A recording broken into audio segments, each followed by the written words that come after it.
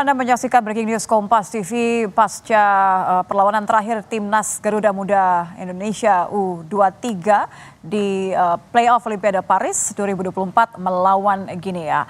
Dan Komite Olimpiade Indonesia memberikan dukungan penuh untuk Timnas U23 di laga playoff Olimpiade Paris 2024 yang berlangsung malam ini di Prancis melawan Guinea untuk merebut tiket terakhir ke Olimpiade Paris 2024.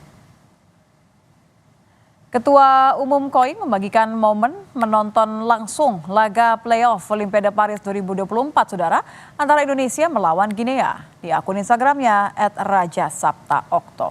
Ia tampak menonton pertandingan bersama Duta Besar Indonesia untuk Perancis Muhammad Umar dan Ketua Umum PSSI Erick Thohir.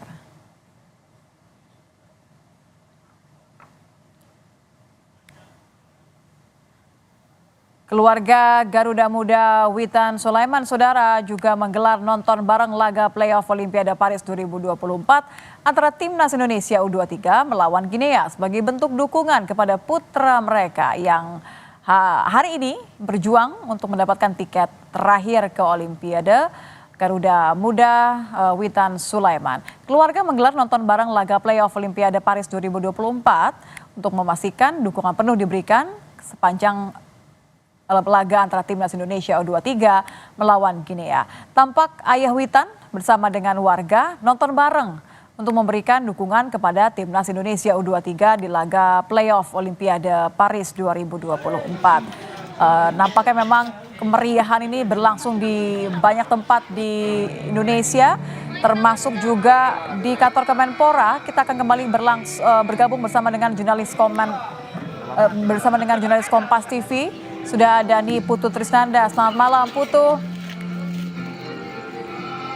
Putu, kalau tadi kita mendengar bagaimana upaya-upaya terakhir dari Timnas Garuda Muda U23 ini tetap diapresiasi. Bagaimana suasananya di sana saat ini setelah memang akhirnya ini menjadi berbuah pengalaman, bukan berbuah tiket menuju ke Olimpiade? Ya, kalau melihat bagaimana situasi yang terjadi di kegiatan nonton bareng yang ada di Kemenpora, memang tadi kalau saya berbincang dengan beberapa penonton begitu ya, yang menyaksikan bagaimana perjuangan dari Garuda Muda dari menit awal sampai dengan menit terakhir, bahkan sempat mendapatkan tambahan waktu, memang tentu saja ada kekecewaan. Tetapi kekecewaan yang dirasakan oleh para penonton ini bukan kepada Timnas Garuda Mudanya, tetapi lebih kepada wasitnya. Kemudian juga tadi banyak yang menyayangkan kenapa yang dilakukan pada malam hari ini begitu ya, strategi-strategi yang sudah disusun baik itu oleh Gini ataupun juga oleh Indonesia ini bukan diwarnai oleh strategi-strategi yang cantik, permainan yang manis, passing yang bagus begitu, tapi malah justru diwarnai dengan banyak sekali diving. Nah, ini yang kemudian disayangkan karena hal-hal tersebut yang kemudian juga akhirnya merugikan Indonesia begitu, salah satunya tadi menghasilkan penalti untuk Gini dan gol dan membuat Indonesia tertinggal 1 poin. Bukan hanya soal golnya saja yang kemudian mengecewakan, tetapi juga diberikannya atau dijatuhkannya kartu merah untuk wasit dari Timnas Garuda Muda yakni Sinteyong di menit akhir di babak kedua. Kalau melihat bagaimana pernyataan dari para penonton tadi yang juga ikut menyaksikan kegiatan nonton bareng, ini bukannya justru kecewa kepada Sinteyong begitu ya, tapi hal yang berbeda ini justru tadi saya menyaksikan secara langsung bagaimana pada saat kartu merah dikeluarkan dari kantong wasit yang terdengar, yang menggema di aula Wisma Kemenpora begitu, adalah nama Sinteyong yang terus digelorakan. Artinya memang tadi terakhir saya sempat berbincang lagi dengan salah satu penonton namanya Esther yang menyaksikan dengan penuh semangat, bahkan membawa trompet begitu, berteriak dari awal sampai dengan akhir.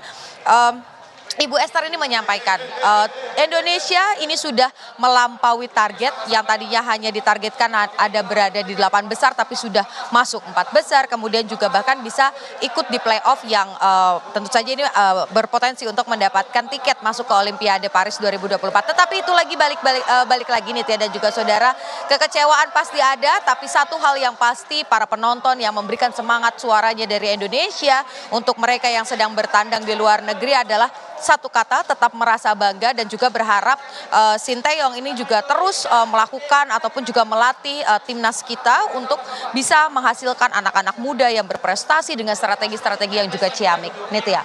Saya sepakat, Putu. Artinya buah yang dipetik malam ini mungkin bukan berupa tiket, tapi berupa pengalaman yang mahal sekali. Memang harapannya bisa terus memberikan modal-modal agar para pemain timnas kita ini bisa berlaga lebih baik di selanjutnya dan tentu pasti dengan dukungan penuh dari seluruh masyarakat Indonesia. Terima kasih, ini Putu Trisnanda, jurnalis Kompas TV langsung dari kantor Kemenpora. Dan saudara, kalau bicara mengenai pertandingan antara Garuda Muda Timnas U23 melawan Guinea, kita akan bahas bersama dengan pengamat sepak bola Yusuf Kurniawan. Selamat malam, Bung Yuke. Malam, Bung. Halo, malam. Malam, Bung. Ini mudah-mudahan bukan suara-suara sedih karena kita tidak bisa masuk Olimpiade ya, Bung ya? Iya, saya kira apa yang sudah dipersiapkan memang kita harus akui tidak berjalan sebagaimana mestinya ya. Tadi seperti tadi dikatakan oleh reporter Kompas TV, memang lebih banyak dramanya daripada atraksi di lapangan ya. Terutama dari kubu Guinea yang benar-benar memanfaatkan waktu yang ada untuk mereka membuang-buang percuma begitu ya. Sementara dari sisi kita sendiri memang sepertinya anti klimaks ya, anti klimaks. Kalau kita lihat para pemain tidak greget seperti ketika Piala Asia U23 kemarin ya, determinasi, terus kemudian kengototan, intensitas gitu ya. Tadi mereka benar-benar berada di bawah bayang-bayang physical game yang diterapkan oleh Guinea ya. Karena Guinea ini sebenarnya nggak istimewa ya. Kalau kita lihat mereka kesulitan juga untuk bisa menembus pertahanan kita kecuali lewat titik putih. Selebihnya mereka lebih banyak mengandalkan fisik, mengandalkan postur ya. Tidak ada permainan cantik gitu ya. Tidak ada permainan yang membahayakan sebenarnya kecuali aksi-aksi individu mereka aja. Kitanya yang memang tadi tidak kelihatan ya, tidak keluar ya performa. Karena beberapa pemain saya lihat memang di bawah permainan terbaiknya ya, seperti Ivar Jenner, kemudian juga Nathan Choaon ya, walaupun belakangan Nathan sempat memberikan beberapa kali penyelamatan gitu, tapi secara umum memang pemain-pemain diaspora kita ini tidak bermain optimal gitu ya, termasuk Menurut Anda tidak bermain optimalnya ini karena memang terbawa dengan strategi mental yang digunakan oleh pemain Guinea, begitu kan, karena mereka banyak main diving, tapi atau karena mereka sebenarnya memang sudah lelah dari segi fisik, atau juga karena terakhir kebobolan 1-0 akhirnya menjadi tidak maksimal? ya saya kira kombinasi karena ini rangkaian yang cukup panjang dan melelahkan buat mereka ya, sejak persiapan menuju Piala Asia U23, di Piala Asia U23 sendiri yang penuh dengan permainan yang intens gitu ya, menguras tenaga, mental, psikis gitu ya. Sehingga klimaks mereka itu memang boleh dibilang sedang turun ya saat ini ya. Karena kalau kita mau jujur, peak performance mereka ya kemarin lawan Korea ya. Setelah itu mereka turun. Nah, ini yang kelihatan tadi, sehingga chemistry mereka tidak lagi bisa didukung oleh level fitness mereka gitu. Dan juga absennya beberapa pemain ini juga ikut Mempengaruhi mempengaruhi ya. irama ya, karena tanpa Rizky Ridho, tanpa Justin Hubner tentu chemistry para pemain itu tidak sama ya seperti ketika mereka ada gitu. Memang kehadiran Dewangga gitu ya sedikit untuk bisa menutupi kekurangan di pertahanan, tapi tidak bisa secara penuh untuk membantu mempush up performa para pemain kita gitu. Anda melihat bahwa tadi kesalahan yang dilakukan Lewitan ini cukup krusial karena berbuah gol tentu saja, tapi bagaimana, sejauh mana mempengaruhi artinya permainan Garuda Muda sampai akhir? Sebenarnya ya memang itu tadi penaltinya ada sentuhan ya yang dilakukan oleh Witan ya. Tapi sebetulnya bukan karena itu kita kemudian menjadi kalah ya, tapi karena permainan kita sendiri yang secara umum tidak seperti ketika menghadapi Jordan atau menghadapi Korea misalnya gitu ya. Bahkan mendekati melawan Irak pun juga enggak juga gitu ya. Memang kita ini seperti serba salah ya, karena passing kita juga mudah diintercept. Kalau duel 1 lawan 1 kita selalu kalah. Jadi kita kecepatan untuk permainan passing game itu seperti yang sebelumnya kita lihat itu tadi nggak kelihatan gitu. Saya nggak tahu apa gitu ya, nggak muncul. Pasti faktornya banyak ya, persoalan dari lawan, tipikal lawan yang juga berbeda. Kemudian periodisasi mereka juga sudah dalam fase turun ya, sehingga tidak bisa optimal karena keletihan mental dan fisik juga ya. Kemudian absennya beberapa pemain bintang kita juga ikut mempengaruhi dinamisasi permainan itu sendiri gitu. Jadi Mhm. ini kombinasi lah menurut saya sih. Bagaimana dengan faktor wasit ini kalau di media sosial ramai kemudian ya netizen rame-rame merasa emosi, ikutan merasa apa yang dirasakan oleh Shin Taeyong juga nampaknya. Iya, memang kita tadi berharap ada beberapa decision gitu yang bisa di-call oleh VAR ya. Saya tidak tahu, tidak ada sama sekali review dari VAR ya, apakah VAR ini ada atau tidak. Tapi sebelumnya kan kita dengar tetap digunakan VAR ya. Tapi Mhm. tadi tidak pernah ada apa namanya review on field gitu ya. Jadi Ya, kita menduga-duga apakah ini ada atau enggak gitu. Termasuk yang penalti kedua yang diberikan kepada Ginian terhadap pelanggaran yang apa kemudian namanya dinyatakan Dewangga itu kan. gagal ya, Mm, batal gol yang ya. kemudian gagal itu kan sebenarnya kalau kita lihat itu Dewangga melakukan sliding mengenai bola dulu gitu ya. Mhm. Tapi itu tidak ada review on field gitu. Itu yang ya wajar sih kalau memacu memacu marah ya para warganet karena memang situasi kita saat itu sedang sedang butuh gol untuk menyamakan kedudukan gitu. Oke, sebenarnya kan dari awal ketika, kehilangan kesempatan pertama masuk ke final, kemudian juga akhirnya harus melawan Irak, sampai akhirnya berhadapan dengan Guinea, lawan dari Afrika, banyak yang mengatakan bahwa mental nampaknya memang akan diuji ketika bermain melawan Ya. tim dari Afrika, Guinea. Anda melihat bahwa ini memang akhirnya yang terjadi di lapangan? Iya, memang ada pengaruhnya ya. Secara mental para pemain memang tidak sama ya antusiasnya ataupun juga kepercayaan dirinya seperti sebelum-sebelumnya. Karena ini kan rangkaian tadi saya katakan panjang ya. Mereka juga ada fase menukik juga ya, karena peaknya sudah lewat sebetulnya. Kemudian yang kedua tadi, kita tuh nggak bisa bermain cepat ya, selalu salah intercept, salah passing, itu akhirnya membuat kepercayaan diri para pemain dan tim secara keseluruhan juga ikut turun gitu ya. Tadi berapa kali kan kita saksikan kita kalau duel satu lawan satu kalah terus gitu ya. Ya. Dan Ginianya ini pintar ya memainkan emosi kita gitu ya. Dia memperlambat tempo, terus ya drama-drama diving gitu ya. Itu yang membuat kita akhirnya hilang, irama kita hilang gitu. Kalau Anda melihat artinya begini, tentu satu hal kekecewaan ketika tidak bisa melaju ke Olimpiade ya, tiket ke Olimpiade hangus sudah. Tapi kan sebenarnya ada banyak berharap pengalaman yang bisa didapatkan. Jadi kalau kita runutkan dari pelajaran yang kita dapatkan dari mulai gagal melaju ke final, apa saja yang bisa jadi bekal nih? Karena kan bagaimanapun juga kan Garuda Muda ini tim yang memang tidak disangka-sangka bisa melaju sejauh ini. Ya, setuju ya, setuju ya. Kalau dibilang pelajaran, kita banyak banget dapat pelajaran. Kita sendiri juga mungkin tidak mengira ya sampai apa namanya melangkah sejauh ini kan. Bahkan mungkin STY pun juga apa ya ketika dia mencanangkan target lolos semifinal itu kan agak spekulasi juga karena kita nggak punya pengalaman sebelumnya kan. Tapi Ya, faktanya apalagi anak-anak ketika melawan bisa Korea gitu. ya. Iya, ternyata kita bisa gitu. Jadi semua kaget gitu loh. Makanya kita setelah itu sepertinya performa kita tuh sudah mentok ya saat menghadapi Korea itu ya. Karena kan nggak bisa dipaksa, mereka juga bukan robot ya. Jadi ada fase menurunnya. Jadi normal aja dan menurut saya sih kita tetap apresiasi ya, sangat luar biasa. Ya, Artinya kalau melampaui kita semua ekspektasi ya. betul, artinya kalau kita di kesempatan berikutnya ingin berbicara jauh lebih tinggi lagi, ya kita harus persiapkan generasi baru gitu ya, yang notabene kualitasnya tidak kalah dengan yang saat ini ada gitu loh. Artinya kita kan dengan apa tambahan diaspora di tim ini 4 pemain pun itu ternyata bisa tuh mengangkat performa tim secara keseluruhan. Nah Nah, besok-besok tinggal generasi berikutnya disiapkan. Artinya ini setelah U23 ini kan berarti yang nanti naik untuk kesempatan Olimpiade senior berikutnya ya. kan dari U20 kan yang Mhm. naik kan. Nah itu yang saya kira juga dari sekarang harus mulai disiapkan agar pelatih lebih mudah gitu loh untuk bisa menyiapkan kader-kader baru di kesempatan berikutnya gitu.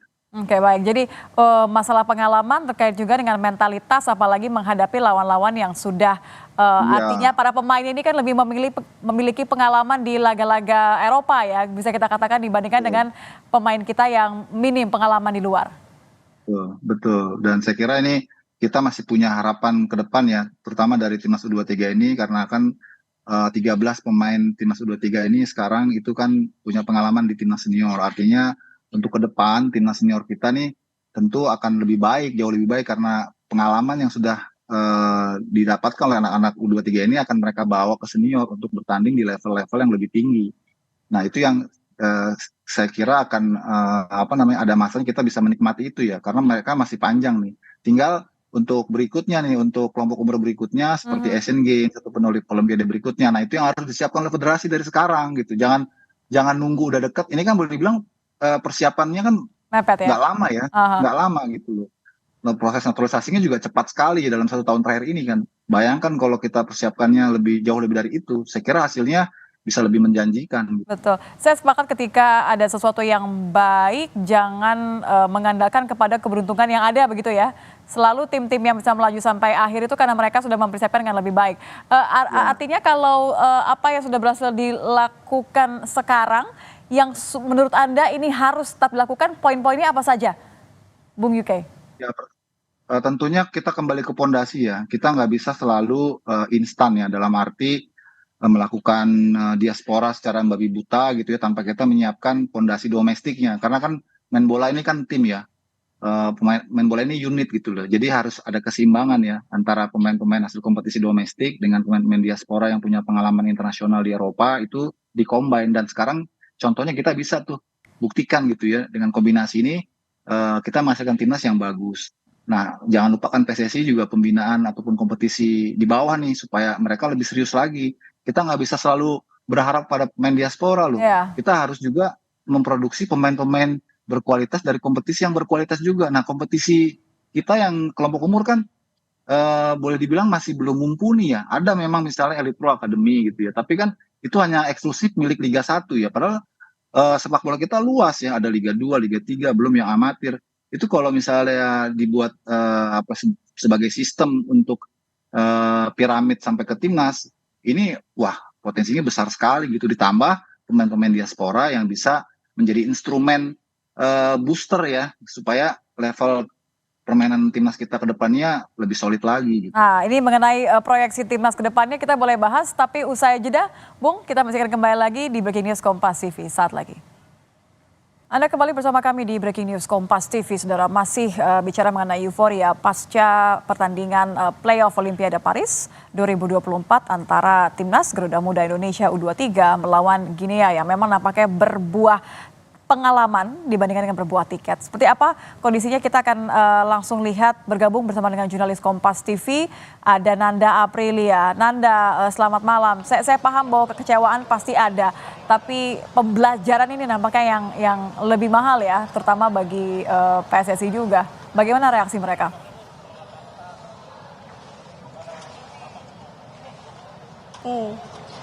Iya Nitya, kalau kita melihat di GBK sendiri untuk nobar di sini, memang kalau dari PSSI, kami melihat ada salah satu perwakilan dari PSSI yang memang juga sudah memantau dari awal pertandingan sampai dengan akhir.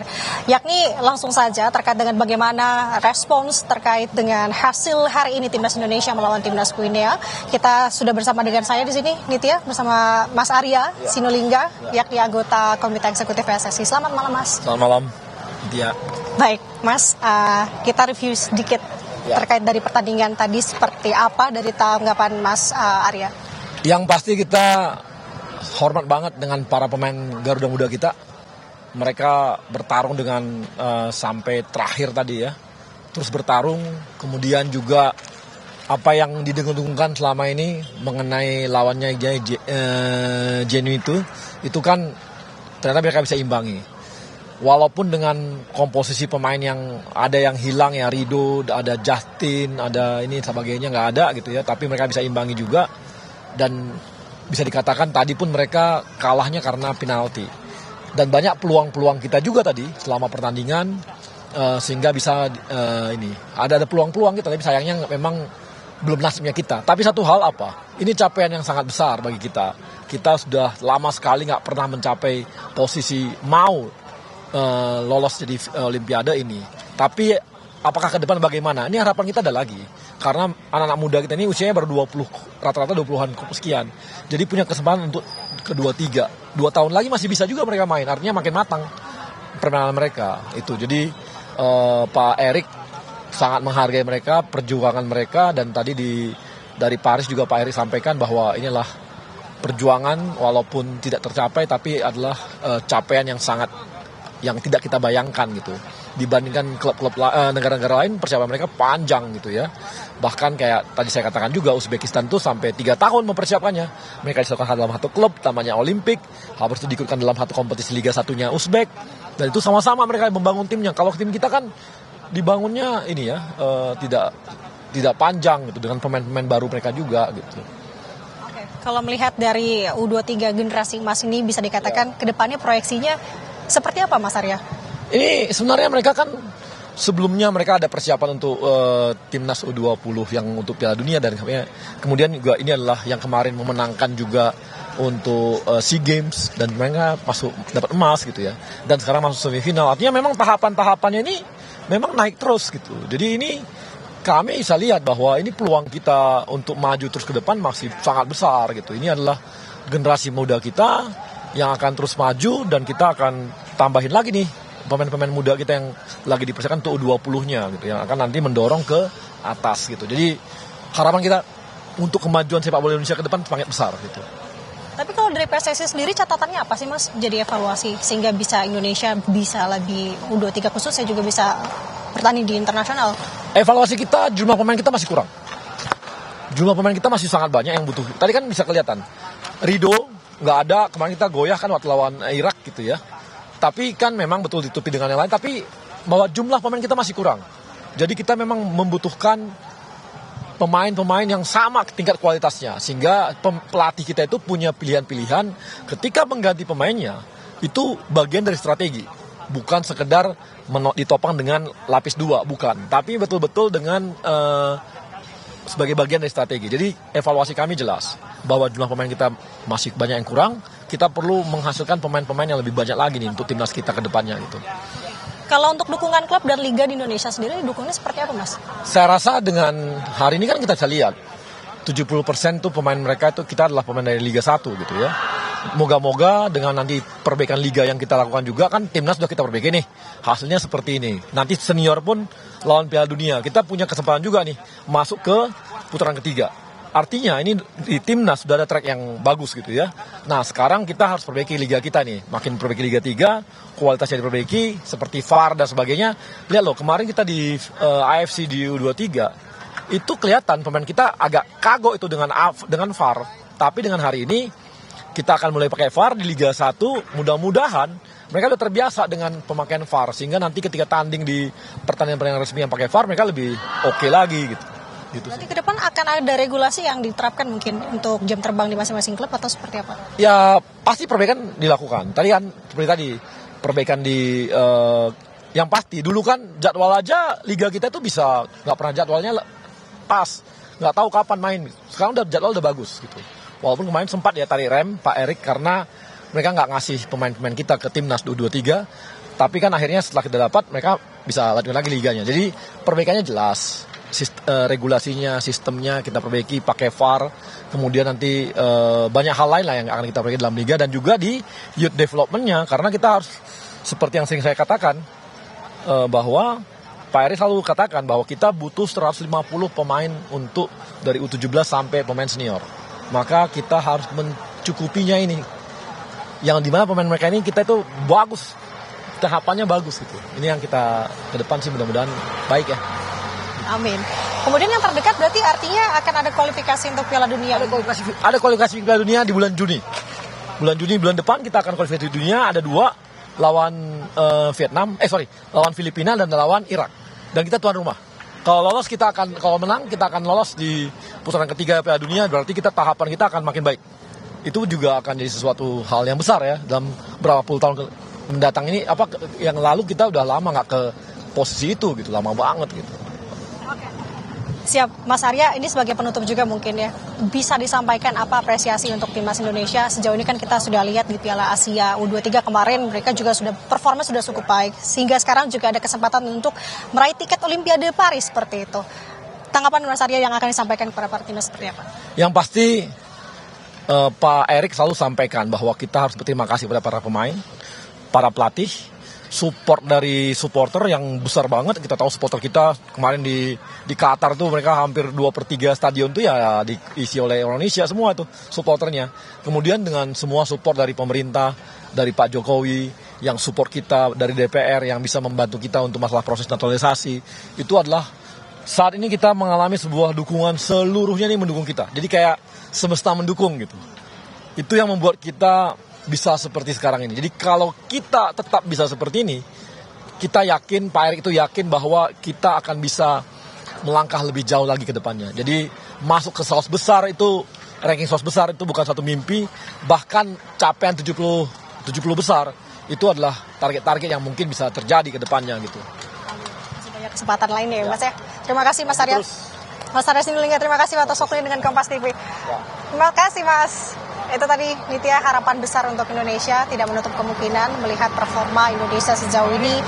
Tidak hanya di Olimpiade ini saja sebenarnya untuk membuatkan tiket Olimpiade Paris. Kita sudah lihat bagaimana perjalanan timnas Indonesia U23 di Piala Asia U23 kemarin, yang dimana tadi disebutkan bahwa permainan ini semakin pemain Indonesia timnas U23 semakin baik. Makin kesini semakin baik. Harapannya ke depan tentu akan menjadi banyak harapan juga tentunya untuk para timnas U23 Indonesia.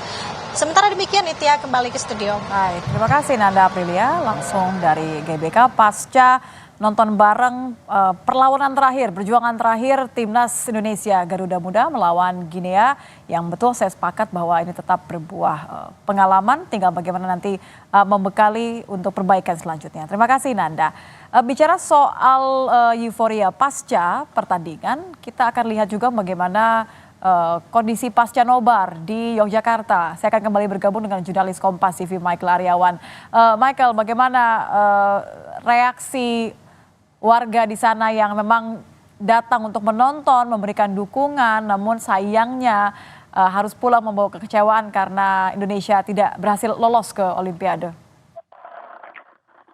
Selamat malam Nitya dan saudara. Benar sekali Anda katakan tadi bahwa masyarakat di Yogyakarta tentu saja kecewa karena timnas U23 tidak lolos ke Olimpiade Paris 2024. Namun bagi mereka tadi kami menanyakan diantaranya mereka menyebut bahwa saat ini atau laga pada saat malam ini atau siang di waktu di sana bahwa apapun yang terjadi mereka tetap memberikan support kepada timnas Indonesia. Bahkan nama Sintayong tadi dilulukan oleh masyarakat Yogyakarta ketika pertandingan telah usai.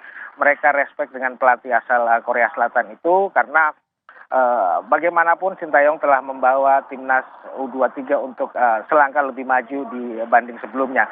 Dan jika pada malam hari ini mereka kalah, mereka menganggap itu sudah wajar, sudah seharusnya seperti itu dan mereka menerima apa adanya. Tadi berjalan tertib, berlangsungnya nonton bareng di Yogyakarta dari awal hingga akhir, kemudian ketika peluit panjang tanda pertandingan selesai ditiup wasit dan mereka kemudian membubarkan dengan tertib.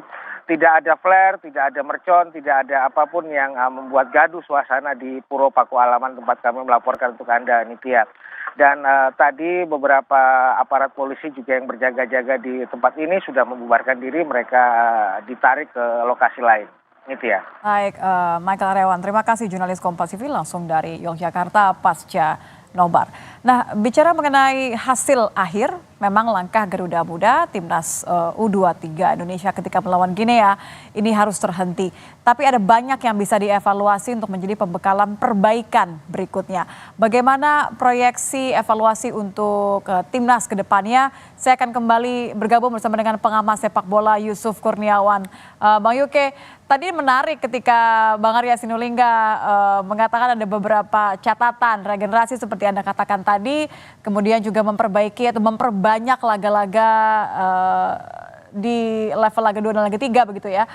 Kalau Anda melihat artinya apa yang paling krusial saat ini untuk memastikan bahwa kita punya cukup pemain supaya pelatih bisa gampang menukar-nukar dan memainkan strategi tadi kalau kata Bang Arya?